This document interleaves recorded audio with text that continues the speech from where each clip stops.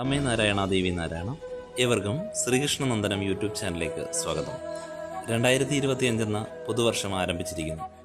അപ്പോൾ ഈ ഒരു വർഷം ഓരോ നക്ഷത്രക്കാർക്കും ഉണ്ടാകുന്ന ഫലങ്ങളും ദോഷപരിഹാരങ്ങളും വഴിപാടുകളുമാണ് നമ്മൾ ഈ വീഡിയോയിലൂടെ ചർച്ച ചെയ്യുന്നത്. അശ്വതി മുതൽ രേവതി വരെയുള്ള നക്ഷത്രങ്ങളിൽ ഇന്ന് നമ്മൾ ചർച്ച ചെയ്യുന്നത് ഭരണി നക്ഷത്രമാണ്. ഭരണി നക്ഷത്രക്കാർ പരോപകാരം മനസ്സിലാക്കാനും നേതൃഗുണമുള്ളവരും സ്വാശ്രയ ജീവിതത്തിൽ താല്പര്യമുള്ളവരും കർത്തവ്യം ഉത്തരവാദിത്തത്തോടുകൂടി നിർവഹിക്കാൻ ശ്രദ്ധിക്കുന്നവരുമായിരിക്കും.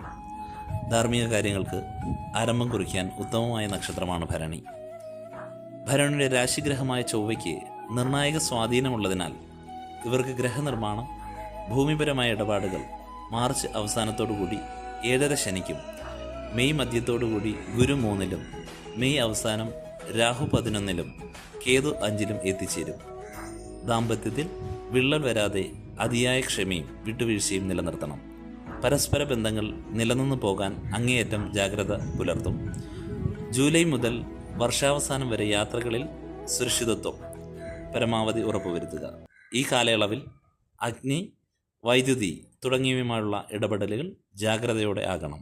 കർമ്മഗുണം, വിവാഹം, ധനസ്ഥിതി മെച്ചപ്പെടൽ, വിദ്യാർത്ഥികൾക്ക് വിദ്യാഭ്യാസത്തിൽ ഉയർച്ച എന്നിങ്ങനെ ഗുണാനുഭവങ്ങൾ ഉണ്ടാകും.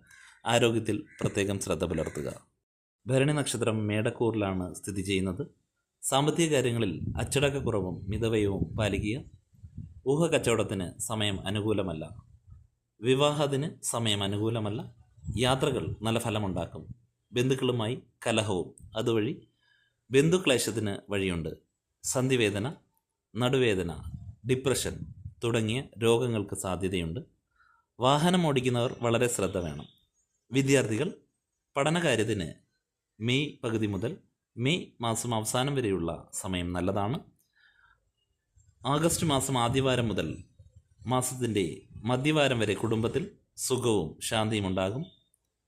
ഏപ്രിൽ ആരംഭം മുതൽ 2 ആഴ്ചക്കാലം ആരോഗ്യകാര്യത്തിൽ വളരെ ശ്രദ്ധ വേണം. സെപ്റ്റംബർ പകുതി മുതൽ മാസ അവസാനം വരെ നിയമക്കുരുക്കിൽ പെടാതെ സൂക്ഷിക്കുക. ദോഷശാന്തിക്ക് കുടുംബക്ഷേത്ര ദർശനവും വ്യാഴാഴ്ച ദിവസം വിഷ്ണുപ്രീതിയും വിഷ്ണു സഹസ്രനാമ ജപവും നടത്തുക. നമശിവായ മന്ത്രം 108 തവണ ജപിക്കുന്നതും നല്ലതാണ്. ഓം ഗുങ്കുരുവേ നമ എന്ന മന്ത്രവും ദിനചര്യയിൽ ഉൾപ്പെടുത്തുക. എല്ലാവർക്കും ഈ വർഷം വളരെ അനുകൂലമാകട്ടെ എന്ന് പ്രാർത്ഥിക്കുന്നു. ഗ്രഹമാറ്റം കൊണ്ടുണ്ടാകുന്ന ദോഷങ്ങളൊക്കെ നിങ്ങളുടെ പരിഹാര കർമ്മങ്ങൾ കൊണ്ട് പരിഹരിച്ചു പോകട്ടെ എന്ന് പ്രാർത്ഥിക്കുന്നു. എല്ലാവർക്കും നന്ദി, നമസ്കാരം.